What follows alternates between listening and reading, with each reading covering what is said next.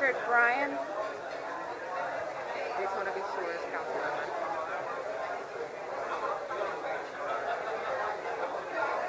And I'll go check his recording, but he just walked in and said he wasn't registered. Of course not.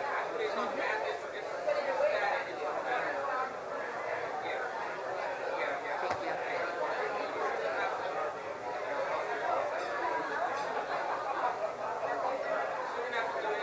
Daryl, are you calling me?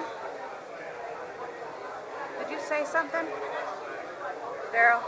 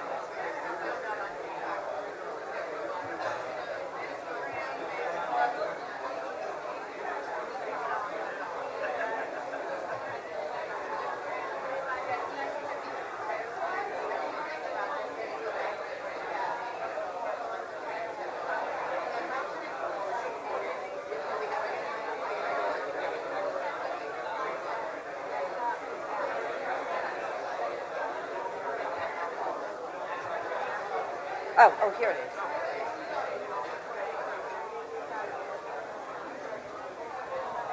Check. Green, you're on there. These are all here. And he should just walk out. Okay. So he's a write-in. Oh, these are him. He's a write-in. And, yep, it works.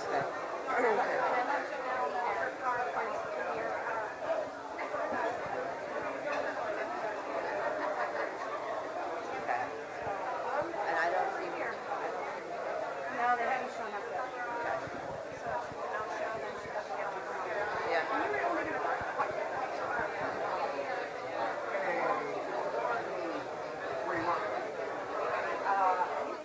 Actually, why don't you sit in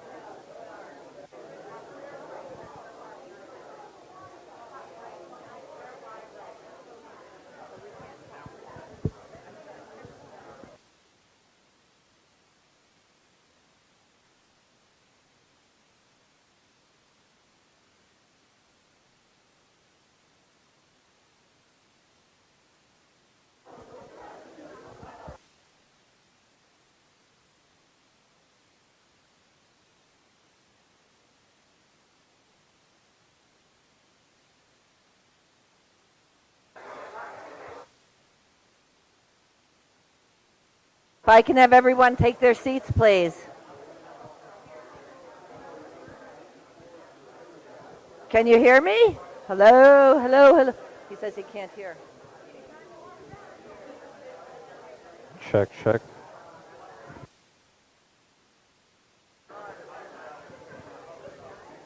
Okay, better? If everyone could take their seats, please, we'd like to get started. Okay? No?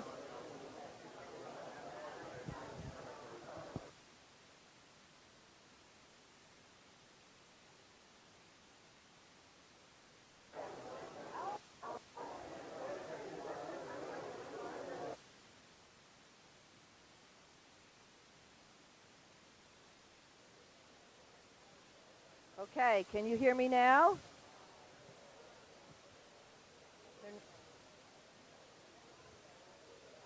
Good morning. Is the mic working?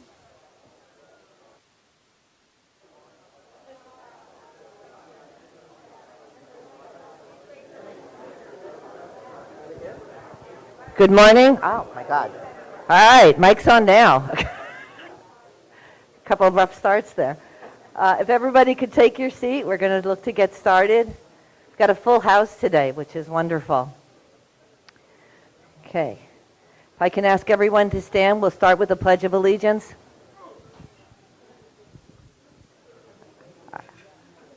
I pledge allegiance to the flag of the United States of America and to the republic for which it stands, one nation, under God, indivisible, with liberty and justice for all.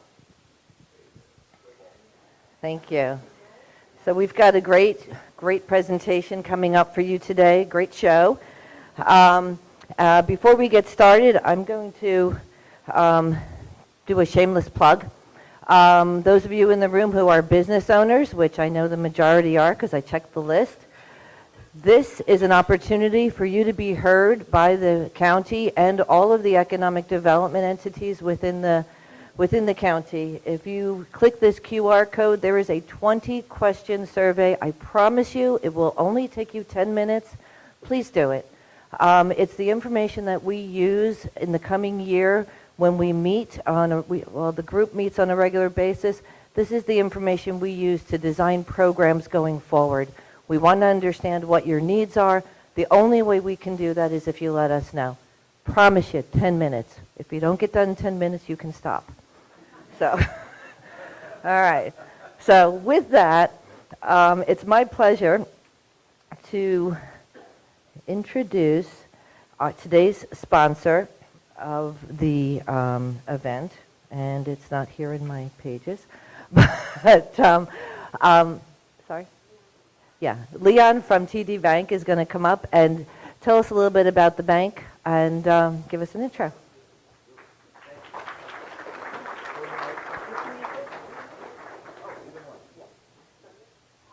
Excellent. Good morning, everyone. Is the mic on?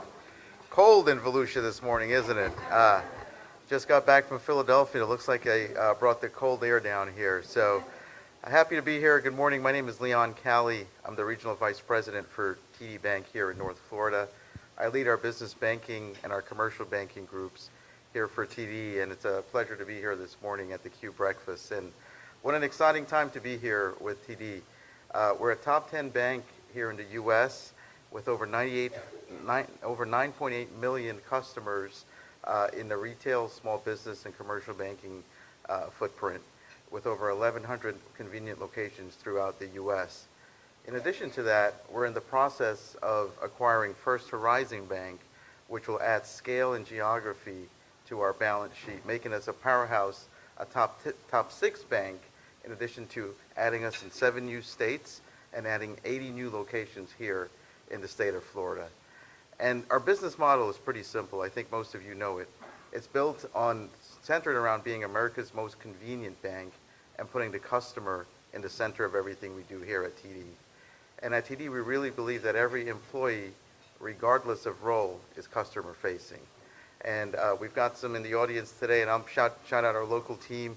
If you will just raise your hand. We've got Davino, who's our store manager at the Volusia office. We've got Kathy as well. We've got Margaret Kahn, We've got Vanessa and Jason from our SBA team as well. So these are the folks, a secret sauce to our recipe in terms of being America's most convenient bank. And I wanted to talk a little bit, as part of our trip in Philadelphia, I'm happy to announce that TD Bank, for 6 years in a row, we're the #1 SBA lender, and that's hot off the press as of this week. So #1 in our footprint, #2 nationwide, and in the state of Florida, we're actually #1 in terms of 7A units here in the state. And I know we've got our guest speaker who's going to be talking about SBA, so our messaging definitely aligns to what we do here at TD. And in terms of Volusia, we have over 70 employees between our regional commercial bank and our retail store network here in Volusia County, with 7 convenient locations to serve our customers. And over the last 5 years, we've donated over $120,000 to local nonprofits through our TD Charitable Foundation here with TD Bank. So at TD, we remain deeply committed to serving the communities in which we live and which we operate. So thank you for letting us be here this morning. Enjoy the breakfast and enjoy the program, and look forward to catching you later just after the presentation. So thank you.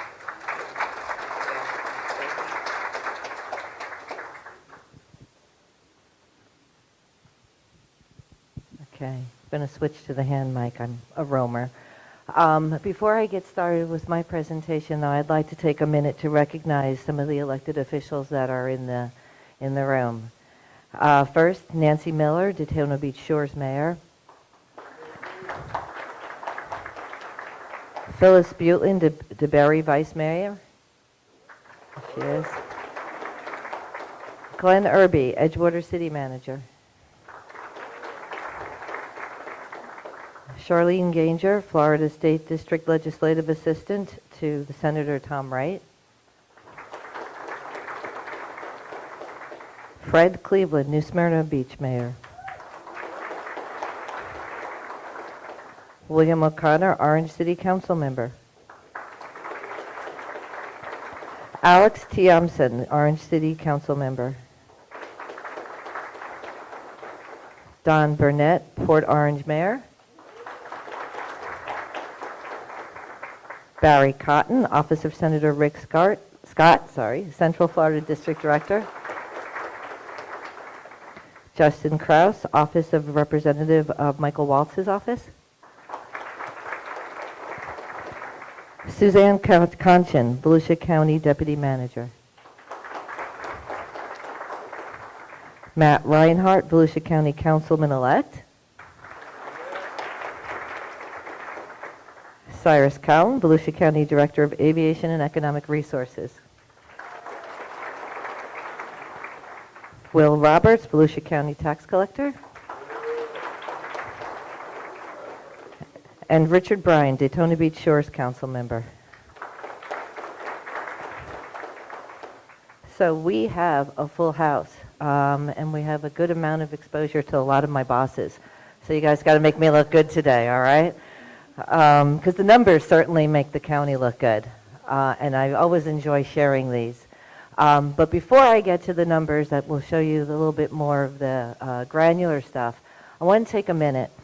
I've decided to put the economic pulse in my presentation every quarter, which shows just a few of the projects that your city and county economic development professionals have worked on during the quarter. And each quarter, this thing would be full. It's just amazing the amount of work that's being done. If I can take a minute and just have all of the economic development professionals from the cities just stand up, because I know there's quite a few of you here as well. And just guys, yeah, these guys work tirelessly. And it's an honor to interact with them on a regular basis. They really do care about their communities. These are expansions predominantly. And then there's new programs. So if you want to learn about any of these projects, pick on anybody who's just stood up. They didn't know they were being set up, but they are just full of information. I actually have been set to, once again, remind you about the Volusia Business Resources Survey that I reminded you about before. You'll hear me doing shameless plugs throughout the day. It's very important to us that this gets done.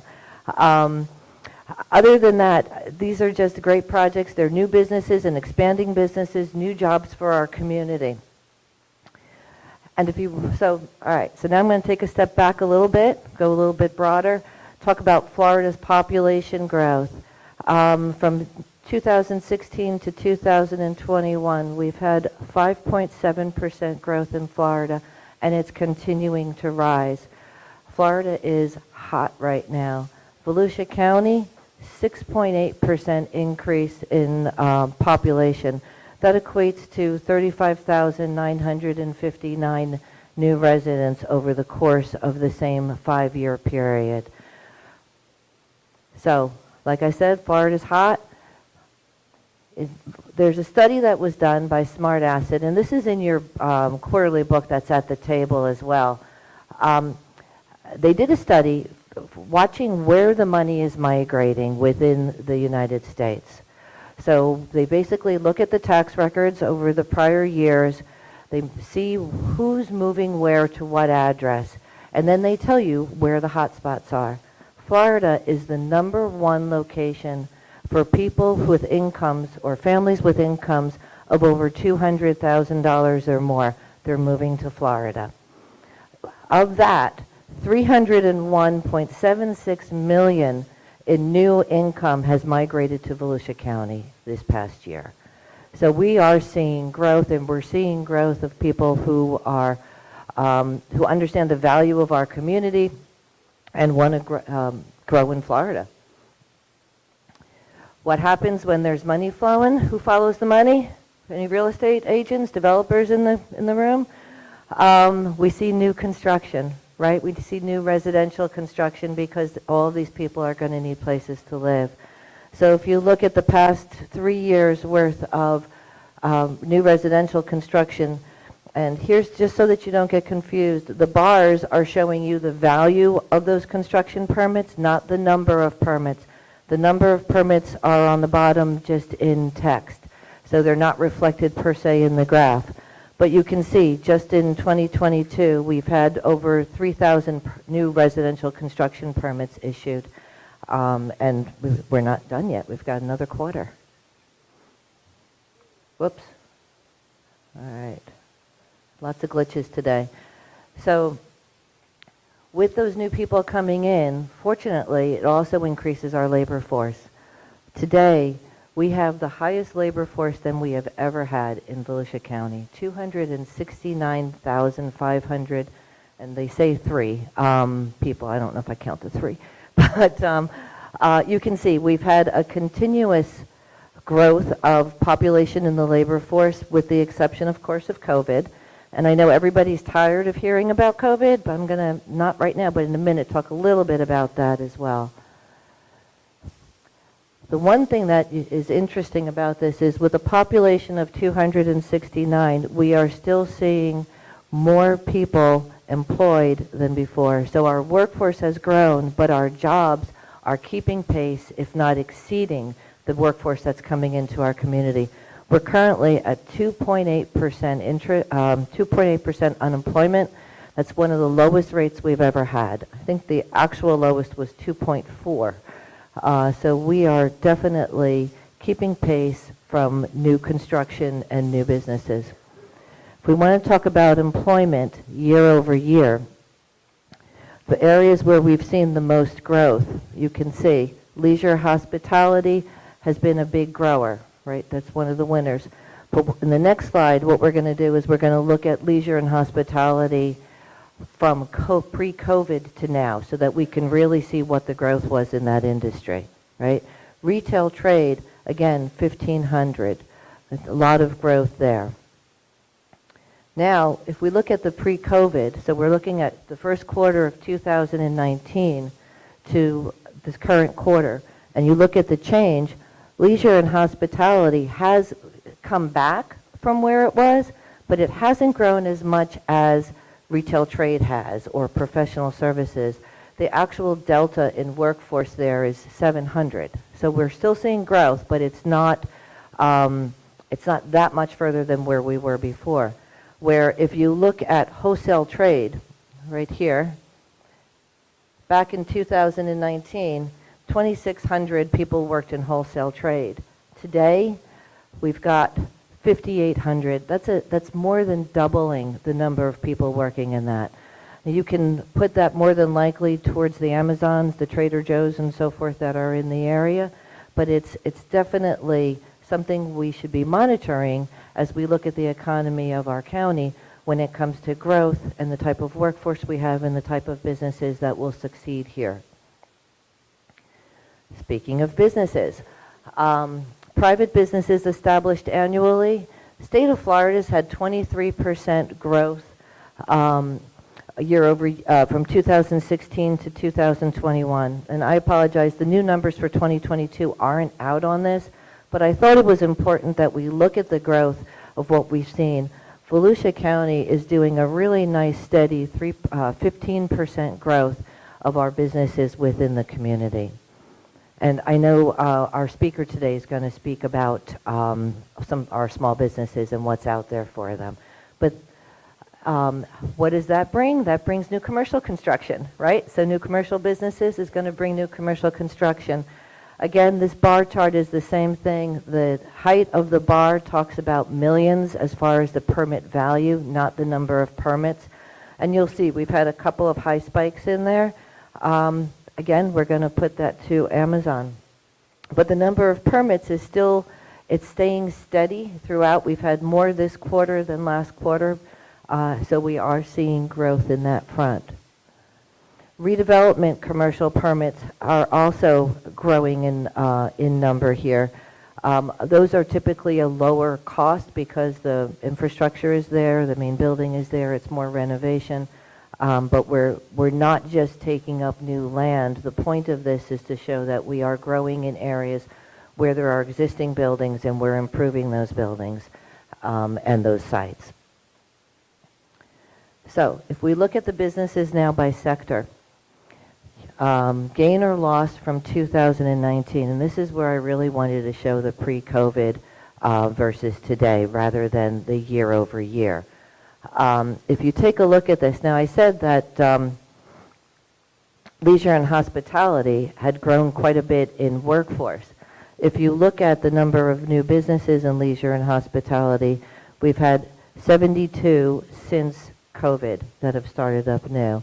But then you look at the educational and health services, you look at financial activities, we're moving more on that front. We're seeing more of those types of new businesses coming in. And then you jump to the top, professional and business services, 365 new establishments that are focused in that area. So that's where we're seeing a good amount of growth. And what's exciting for those of us, especially those from Team Volusia, is the manufacturing number. 63 new manufacturing companies in the county. Okay. The one thing that's sure about the county is that most of our businesses remain small businesses. If you look at this chart, 82% have less than 10 employees, 91% of our businesses have less than 20 employees.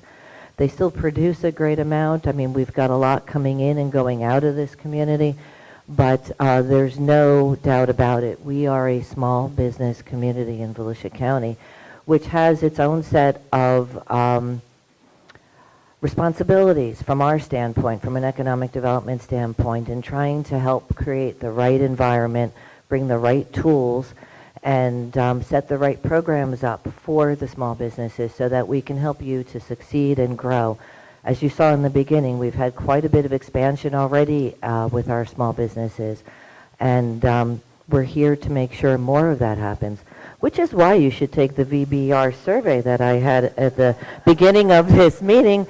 And as a matter of fact, you have little cards on your table that have the QR code so that if you missed it, take the card home with you and do it in your leisure. Okay? You can do it while you're watching a movie. It's not going to be taxing, I promise. It's stuff that you know like the back of your hand.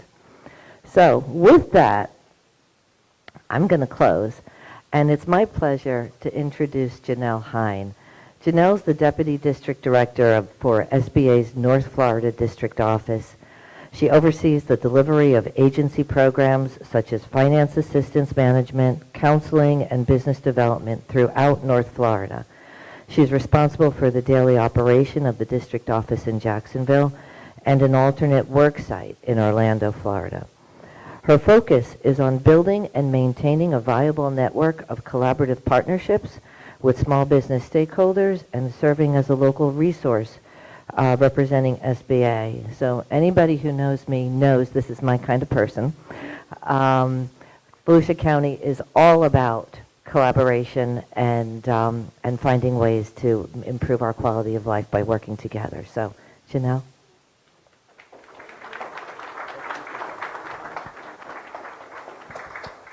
That's good.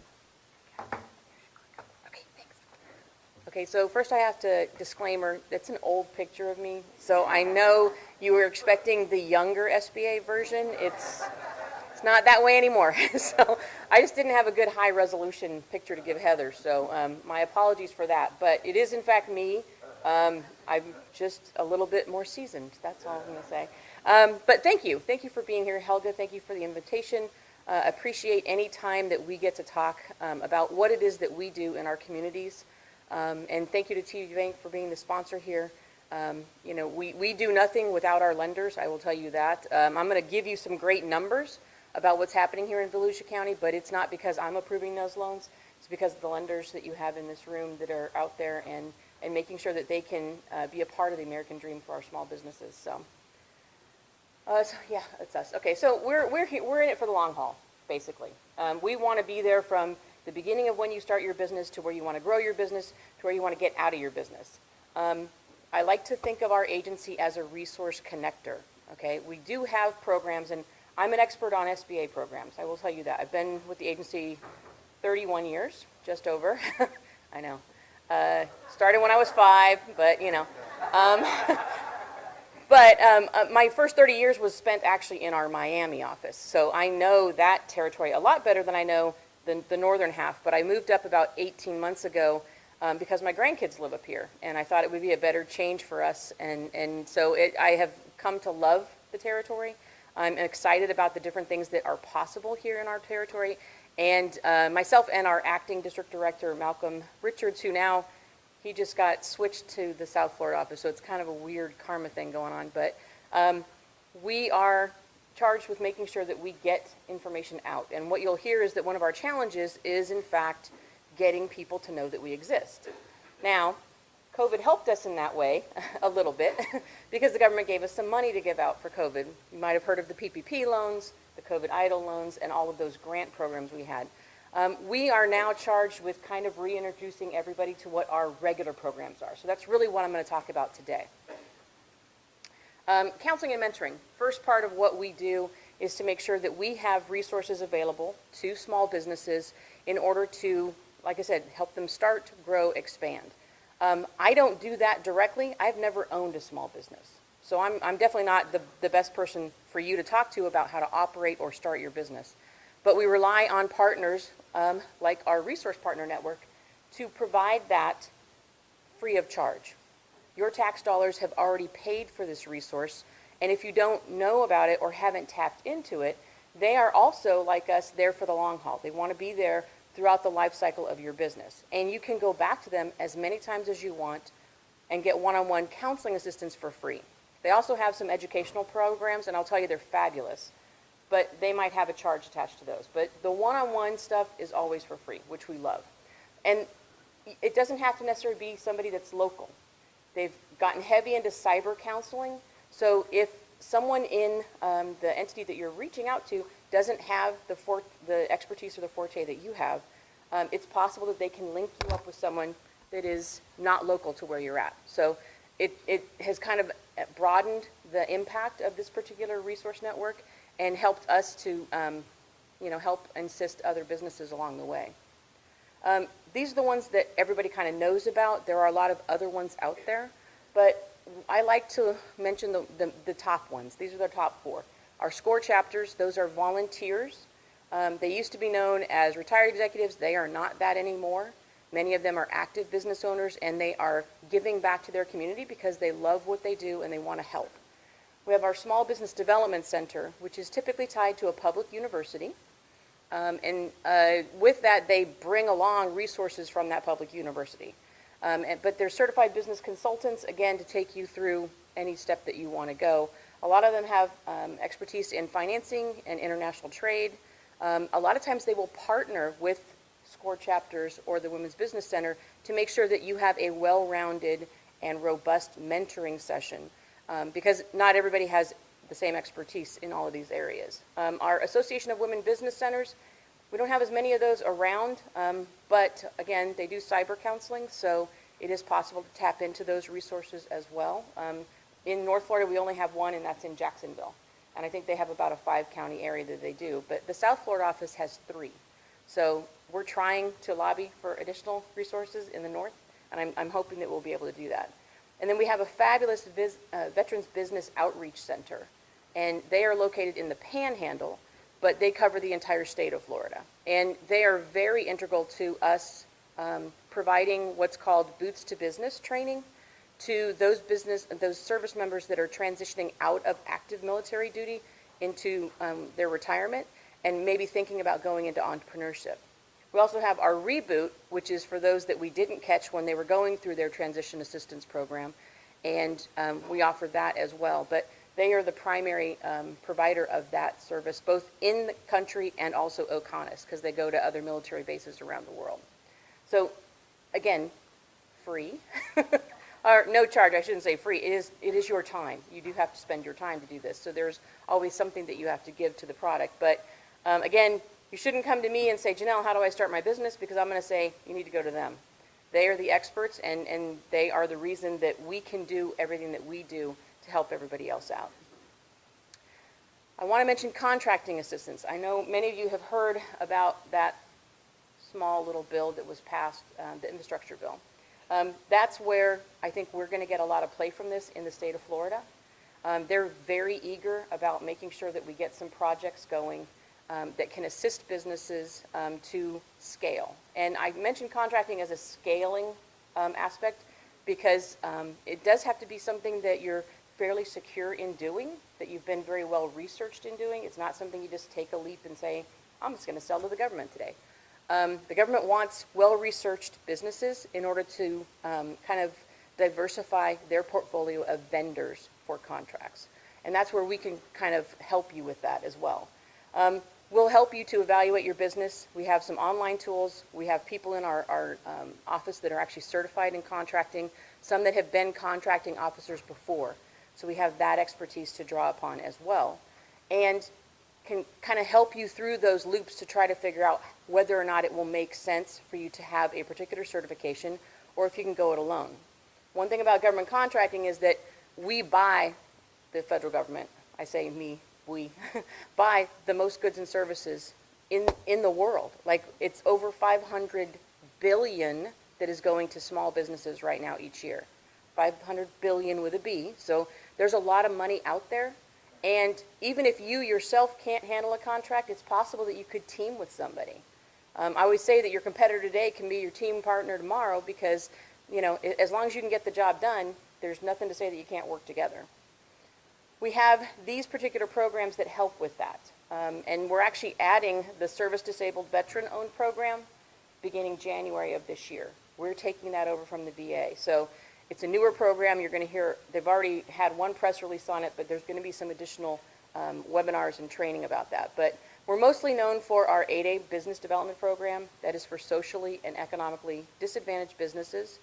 And these programs help in the way that instead of going all small, and does anybody know how many small businesses there are in the United States right now? 32 million. Right? So if the government puts out a contract for small businesses, it's a potential that you're going to be going against a large number of firms. If the government puts out a contract for 8A only firms, we have somewhere between about 4,000 to 5,000 of those in the nation, total. It's very, very competitive to get into that program. So you have cut your bidding pool down, basically, and your chances of maybe getting a contract substantially just by getting that particular certification. But again, it has to make sense for you. Hub Zone as well, that's our historically underutilized business zones. probably what Helga had mentioned is a redevelopment area. It's to get businesses into an area to help to boost the economic base, because you have to hire from that hub zone or another hub zone area. That's one of the requirements of that program. But it's more geographically based. It's not based on social or economic disadvantage. Women-owned small business, kind of self-explanatory. You got to be woman-owned business. But all of them have also the ability to get sole-sourced contracts. So that means if the government sees you, likes you, knows about you, and wants to do a contract with you, we can accept that contract in your name, and then you can negotiate and get that contract. Takes away all that bidding part. Like, it's almost like, here, we want to work with you. So, fabulous programs, more that we can tell you about them, but I just wanted you to know that as you scratch the surface of what we do, this is something that we do. Everyone knows about access to capital. Most people know that SBA does lending. We used to do direct lending, and we were not great at it. I will tell you that. In our regular business program, when I first came on in 1991, we were still doing direct lending. Basically, you had to be turned down by two business banks, come to us, and we would write a check to you, which is not a good model and not sustainable, obviously. About 1995 or so, we went into a guaranteed situation. So we guarantee loans now for lenders like TD Bank, Truist, others in the room, to help you get a loan you may not be able to get on your own, okay? It's a very viable program. I'm going to tell you, the last 3 years in Volusia County, when I looked these numbers up, because when Helga told me who I was going to speak to, we've done over 230 loans just in Volusia County for over $203 million and have assisted in creating or maintaining almost 3,000 jobs with our programs. And that doesn't sound like a lot, but it actually is when you think about the fact that we did $1.8 billion in North Florida altogether in that same time frame. But we've had more than a 50% increase in not only the number of loans in the last 3 years, but also the dollar amount of the loans. So I think it kind of supports what Helga was saying about everybody that's coming here, everyone that's starting businesses. Financing is a need. No matter what stage of your business you're at, you always need some sort of financing. And I always say it's best to get a loan when you don't need a loan, because typically your finances look better, right? You don't want to wait till the last minute to say, oh my gosh, I got to get that line of credit. So one of the lessons learned that we had from the COVID area is that many businesses weren't eligible to apply for our loans because their documentation wasn't up to snuff. We had that snafu with IRS. Everyone knew about that. All of that plays into being able to be eligible for our loans. They're not a gimme loan like we used to do back in the 80s and 90s, early 90s. They're now a lender loan with an SBA-backed guarantee, kind of like FHA for your home loan. You still got to qualify. But I want to mention that we work with, obviously, as low as a $500 loan for a microlender, up to $5 million in our regular programs, for a variety of purposes. But a lot of times the reason that people will utilize SBA is there's a deficiency in their loan application. It may be a lack of collateral. I mean, a lot of businesses now are starting with a desk, a chair, and a computer. It's online, it's tech, right? So they may not have collateral to offer. We're not a collateral lender, although we work with collateral lenders. We're a cash flow lender. We want to make sure that your business can repay the loan from the operations of the business. So adding our guarantee to that loan may help a lender say, we'll go ahead with it as long as we know that we're not going to lose our entire shirt on the deal if something goes bad. So that's why we're there. We also have some pretty flexible terms. Lots of times you can finance working capital for a lot longer with our loans than with a traditional bank lender's loan. We even go up to 25 years on real estate, so, commercial real estate. So, I mean, we've got some flexibility there as well. Anything you can kind of think about, as long as it's not illegal, we can kind of finance. Even the change of ownership. A lot of people don't realize that we will finance a change of ownership, a franchise. There's lots of things that we can do. The best place to start is to talk with your lender and find out what their appetite is for that loan. If you come up against a wall and the lender doesn't want to do the deal, that's when you reach out to our office, because we have contacts with all the lenders in the North Florida area, and we can get you to another lender that might have that appetite for you. I mentioned this before, it still has to be a good loan, right? A bad loan with an SBA guarantee is still a bad loan. You want to have at least hitting on at least 4 out of those 5 cylinders. I said normally it's the collateral that we see that's the issue with an SBA loan, but you've got to make sure that you're meeting the 5 C's of credit. And I know that our resource partners talk about this all the time. I know our lenders talk about this all the time. It should be something that you're aware of so that if you know what they're looking for, you can help to mitigate the risk. The whole purpose of our program is to mitigate risk. If you're already thinking in that mind frame and getting into the lender's kind of mind frame, you already know what you need to do for it. So the other thing is that we just rolled out a couple years ago a program called Lender Match. And I like to think of this as the lending tree for SBA lending, right? You go in, and to Helga's point, it's probably a 20-questionnaire, but it provides some basic information on not only your business, but your financing needs.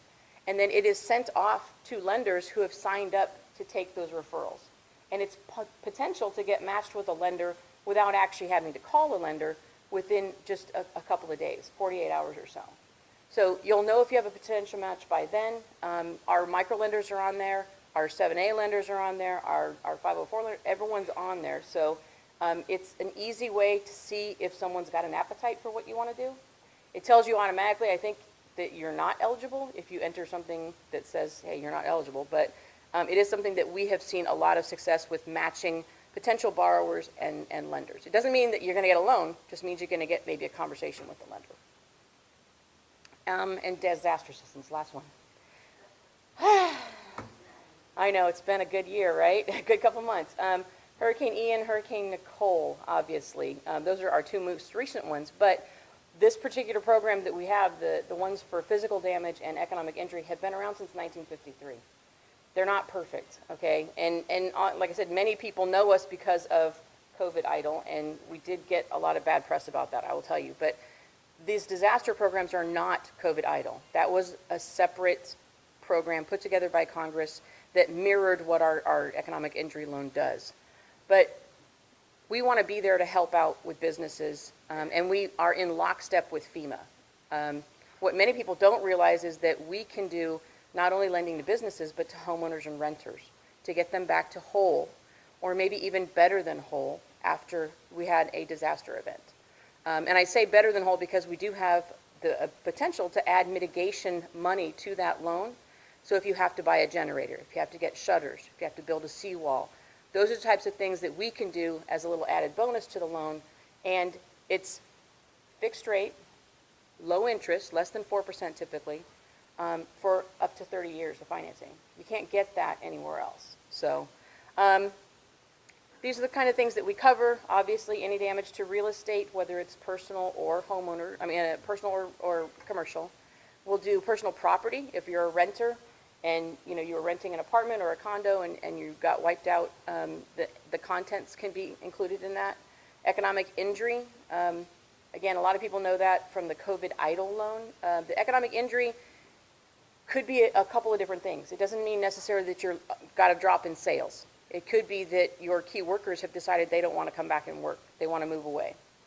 There's a lot of different things that can impact your business that count as economic injury. So just make sure that if you want to apply, that you apply, because the time frame for the physical loss is typically only 2 months. Economic injury is a little bit longer. It's usually 9 months. But once it's closed, it's closed. The other great thing about our program is that if you have physical loss and you notice that there's something else that has to be done, like I said, maybe you have to retrofit because the building codes have changed or something like that, it's possible to come back and ask for additional assistance within the first 2 years of the loan. So lots of flexibility in there, again, to get you back to whole after you have something like that happen. Questions? I went quickly because I wanted to get to the questions. So.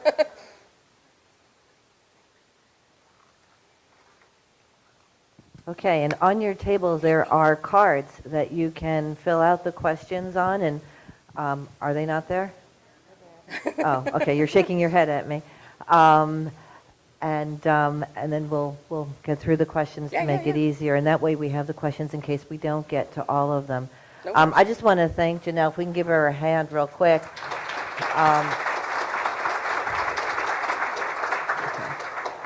two of the key things that we found in last year's VBR survey results was And why it's finance. so important to fill it out again this year. Thank you. That was not planned. But was that finance and knowledge of where to go for the information were the two of the primary concerns that businesses had. And SBA, SBDC, everybody out there, we're all struggling in getting the word out on what it is that we do. Part of the survey actually showed that the practitioners didn't know what some of the other practitioners were providing. So that's why we were making a point to get this information in and share it with everyone. Do you have a couple questions? Okay, let me give these to you. Okay, you got it. The first question is, what is the minimum credit score for the disaster assistance? And I will tell you that can fluctuate. During COVID, we started out fairly high, and then our administrator has the flexibility to drop that if the need is there. And I know that it was dropped down to, I think, 5.7 or 575 is what we were looking for as a minimum credit score. But it's kind of based at each time that we start the application process. It's somewhere around the 600 range. So again, we still want to be sure that we're hitting all of those 5 C's of credit, and credit's one of those, because we want to make sure that we can get repaid. If you cannot get assistance through us, there are typically other volunteer organizations that can help you if you don't qualify for our loans. Explain the process for obtaining a disaster loan. Okay, so if you are a homeowner or a renter, your first application needs to be to FEMA. And there's a reason for that. FEMA is the gatekeeper of the disaster assistance for people who are non-business related. So if you apply through them and you get into their system, if SBA cannot assist you because you can't qualify for our loans, it opens up some FEMA grants. You get referred back to FEMA, and they may be able to assist you where we can't. If you are a business, you're not required to go through FEMA first, but you can. We have an online disaster assistance program, an actual electronic loan application. And here's the important thing. You don't have to wait to have all of your documentation for that. So if you're waiting for your insurance adjuster to come out to actually determine what your loss is, don't worry about that. The important part is getting the application in and getting you in the system. We can work through that documentation need afterwards. And again, you've heard the horror stories about COVID, people waiting 2 years and never getting any responses. The regular disaster program works differently. You get a case manager assigned to you. It's not the surge employees that we hired for COVID EIDL. It's a regular Office of Disaster Assistance Program person, and typically they will fund 21 days from application, at least partially. They'll get you the first $25,000 and then on after that. One thing I want to mention, though, for those businesses in the room, if you don't know about it and haven't taken part in it, Florida State has activated for Hurricane Ian the Emergency Bridge Loan Program. That can be, in fact, paid off by your disaster loan from SBA. So it's a way to get you some quick funding now with the hope of getting long-term funding from SBA later that then can refinance that debt. So just mention that because a lot of people don't realize it. I haven't heard that they've activated it yet for Nicole, but I assume that that will be coming shortly. So it has to be separate appropriations. So online application, disasterassistance.gov, I believe, is where that application site is. So, but if not, if you want to email me, I'll get you the link. My email's up on the screen. Can SBA provide financing to upgrade a positive cash flow rental property? Can I ask if this is a question for our regular programs or disaster programs? Because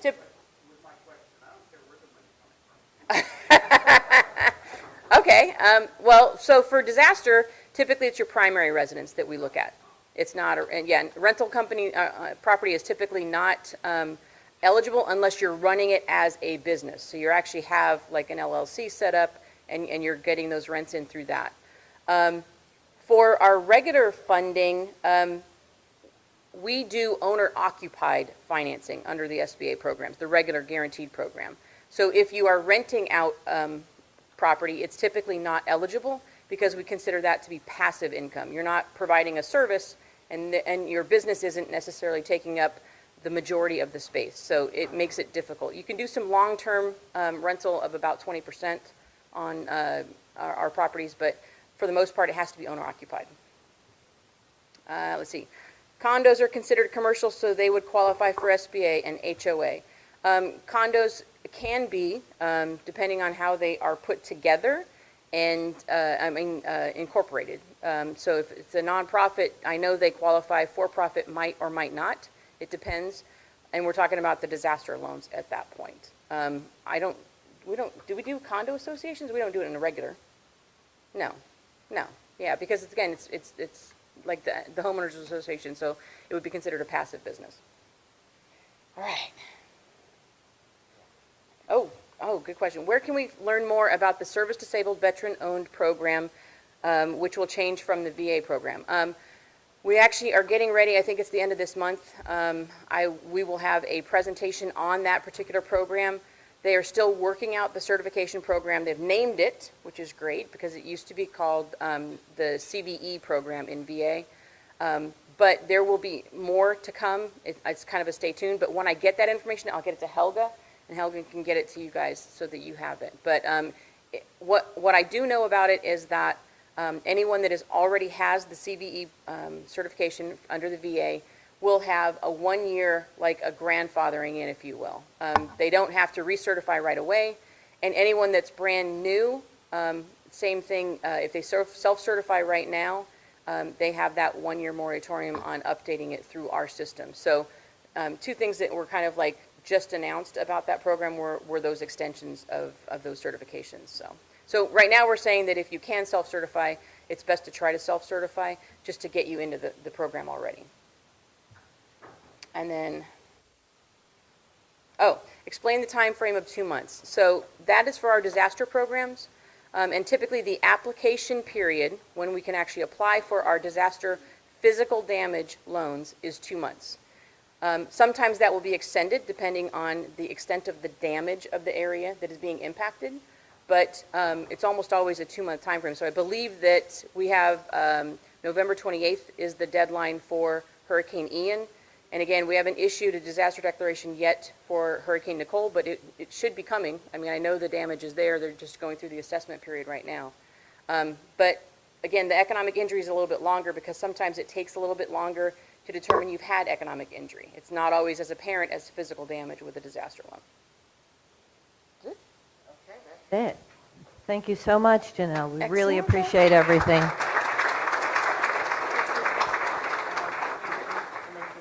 That'd be great. Janelle's even offered to take the questions and elaborate on them with written, and we'll post that on one of the sites or provide a link to it for everybody who's in attendance. I want to thank everybody for coming, and I want to thank Karen Rath from TD Bank for connecting us with TD Bank to be one of our sponsors today. Karen's a huge asset to our community, and she is a whiz when it comes to understanding these programs. One day we may have her actually doing a presentation for us.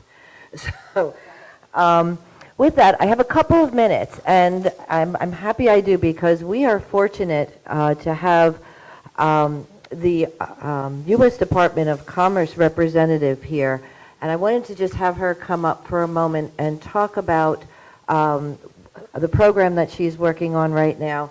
It's Michelle King, and I'm going to read her title. That's why I keep looking down, because it's longer than thesis. She is the Intellectual Property Team Lead and Senior International Trade Specialist for the Office of Standards and Intellectual Property Industry and Analysis. So fit that on a business card, all right?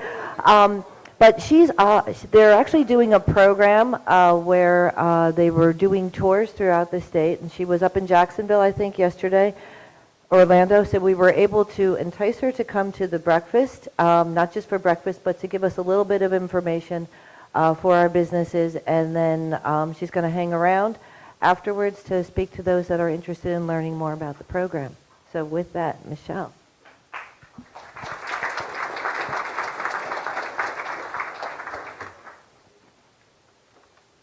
So, hello everyone. Thanks for letting me join your breakfast. Sorry, I brought some of the cold weather from the northern states with me. As Helga mentioned, I'm Michelle Sarah King. I work for the International Trade Administration, which is part of the U.S. Department of Commerce. And one of the things that our office helps manage and lead is the Stop Fakes program, which was started by presidential proclamation over 17 years ago. And it's on intellectual property outreach and education to SMEs of all sizes, small and medium enterprises. So we provide free business consultations. You can call our office or email StopFakes, stopfakes@trade.gov. I also have business cards that are at the entry desk. And so we go across the country and do Stop Fakes roadshows, which we did yesterday. I brought 6 Stop Fake. We have 10 USG interagency partners, including Department of State, Customs and Border Patrol, U.S. Patent and Trademark Office, the FBI, SBA, XM Bank, USAID, and the list goes on.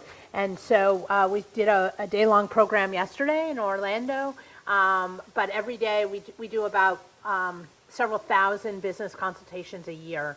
You can call our office. I have several colleagues with me, including Raquel Cohn, who's in the back table, and we'll stay after for a business roundtable. But on our website, stopfakes.gov, there's information and background on intellectual property, both protecting your intellectual property in America and beyond. Our agency, ITA, the remit is to work on helping American companies export to every country. So we also have exporting resources and such. Happy to further answer questions and engage in a dialogue. But we could talk all day about IP. Obviously, a crucial part of any successful business. So I know this program is supposed to end by 9, so I don't want to take too much time, but I'm happy to take a couple questions. Thanks.